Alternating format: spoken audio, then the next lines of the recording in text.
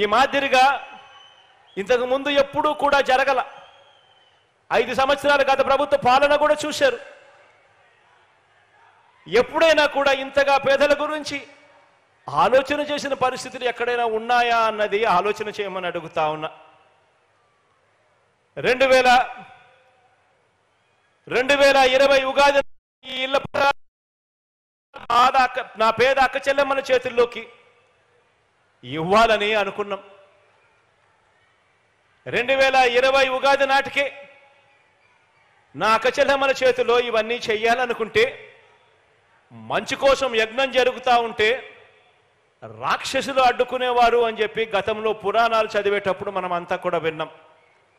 అలాగే మన పేదలకు 2014 నుంచి 2019 వరకు గతంలో ఉన్న చంద్రబాబు నాయుడు గారు ముఖ్యమంత్రిగా ఉన్న గతంలో ఈయన ముఖ్యమంత్రిగా ఉన్నప్పుడు, సీఎంగా ఉన్నప్పుడు ఒక్క పేదవాడికి కనీసం 1 సెంటు స్థలం ఇచ్చిన పాపాన పోలేదు.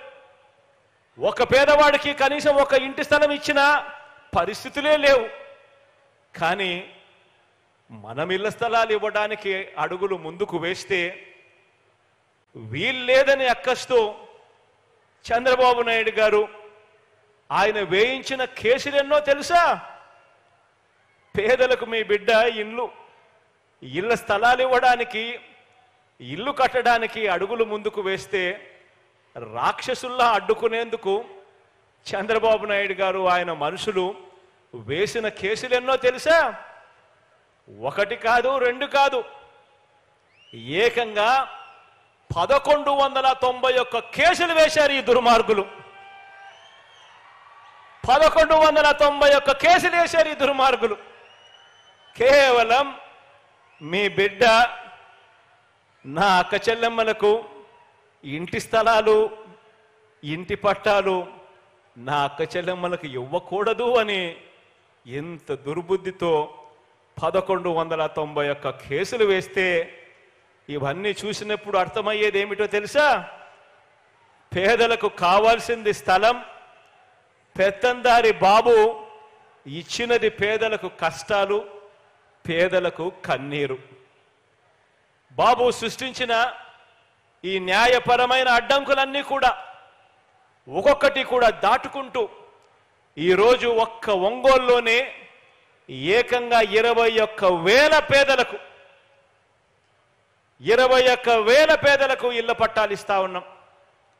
చంద్రబాబు నాయుడు గారు సృష్టించిన ఈ అడ్డంకులన్నీ కూడా దాటుకుంటూ ఇదే ఒంగోలు అర్బన్లోనే, ఇదే ప్రాంతంలోనే నిరుపేదల ఇళ్ల స్థలాల కోసం ఇదే ఎర్రజర్ల హిల్స్లో ఇదే ప్రాంతంలో 866 ఎకరాల భూమిని 2020లోనే గుర్తించి 24,000 ప్లాట్లతో లేఅవుట్లు చేసి అభివృద్ధి చేసి అన్ని సిద్ధం చేయడం జరిగింది. పేదలకు ఇళ్ల పంపిణీ చేయడానికి, ఇంటి స్థలాలు పంపిణీ చేయడానికి.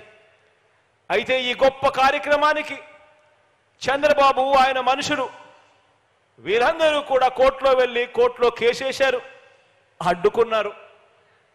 ఇవన్నీ కూడా అధిగమించి ఈరోజు మీ బిడ్డ అడుగులు ముందుకు వేశాడు. ఇప్పుడు కూడా ఇక్కడ కూడా మీ బిడ్డ ప్రభుత్వం అక్క చెల్లెమ్మలకు ఇంటి స్థలాలు ఇవ్వడానికి అడుగులు ముందుకు వేస్తే, ఇప్పుడు కూడా దీన్ని కూడా అడ్డుకునేందుకు చంద్రబాబు నాయుడు గారు హైకోర్టులో మళ్ళా కేసేశాడు. దీన్ని కూడా ఆలోచన చేయమని అడుగుతా ఉన్నా. వీళ్ళ బుద్ధులు ఎలా ఉన్నాయి, వీళ్ళ ఆలోచనలు ఎలా ఉన్నాయో ఆలోచన చేయమని అడుగుతా ఉన్నా. ఇవాళకి కూడా కోర్టులో చుట్టూ తిరుగుతా ఉన్నాడు. వారు ఎంతకు తెగించిన, ఎంతగా దిగదారిన, ఎలాగైనా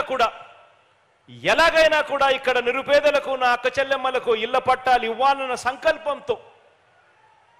సంకల్పంతో ఇదే ఒంగోలు మున్సిపల్ కార్పొరేషన్ పరిధిలోనే మల్లేశ్వరపురం, ఎన్నగ్రహారం, వెంగముక్కపాలెం, ఎర్రజర్ల గ్రామాలకు చెందిన 342 మంది రైతన్నలు వారి దగ్గర నుంచి 536 ఎకరాల భూమిని సేకరించి ఏకంగా 210 కోట్ల రూపాయలు డబ్బులు ఖర్చు చేసి నా అక్క చెల్లెమ్మలకు ఇళ్ల పట్టాలు ఇచ్చే కార్యక్రమానికి శ్రీకారం చుట్టాం ఈరోజు.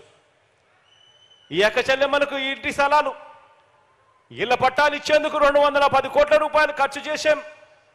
మరో 21 కోట్ల రూపాయలు ఈ లేఅవుట్ అభివృద్ధి కోసం ఖర్చు చేస్తూ ఏకంగా 230 కోట్ల రూపాయలు ఖర్చు చేసిన తర్వాతే మీ బిడ్డని మీ దగ్గరికి వచ్చి మీ చిక్కటి చిరునవ్వుల మధ్య మీ అన్నగా మీ తమ్ముడుగా మీ అందరితో మమేకమయ్యాడు.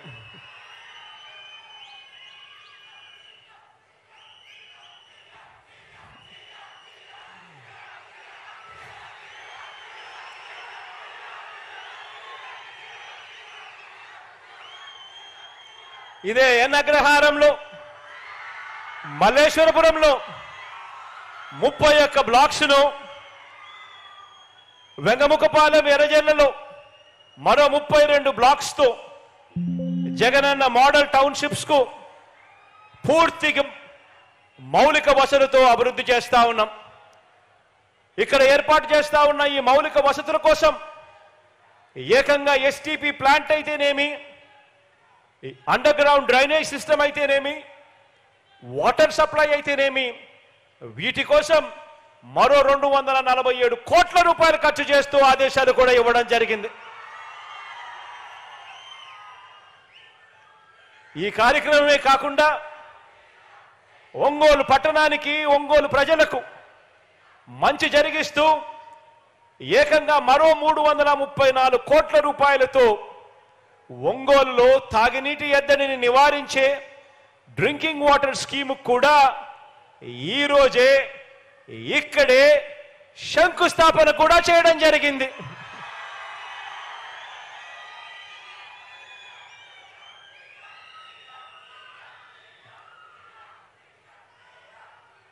ఒకవైపున పేదవాడి గురించి, ప్రజల గురించి మనం ఇన్ని అడుగులు వేగంగా వేస్తా ఉంటే,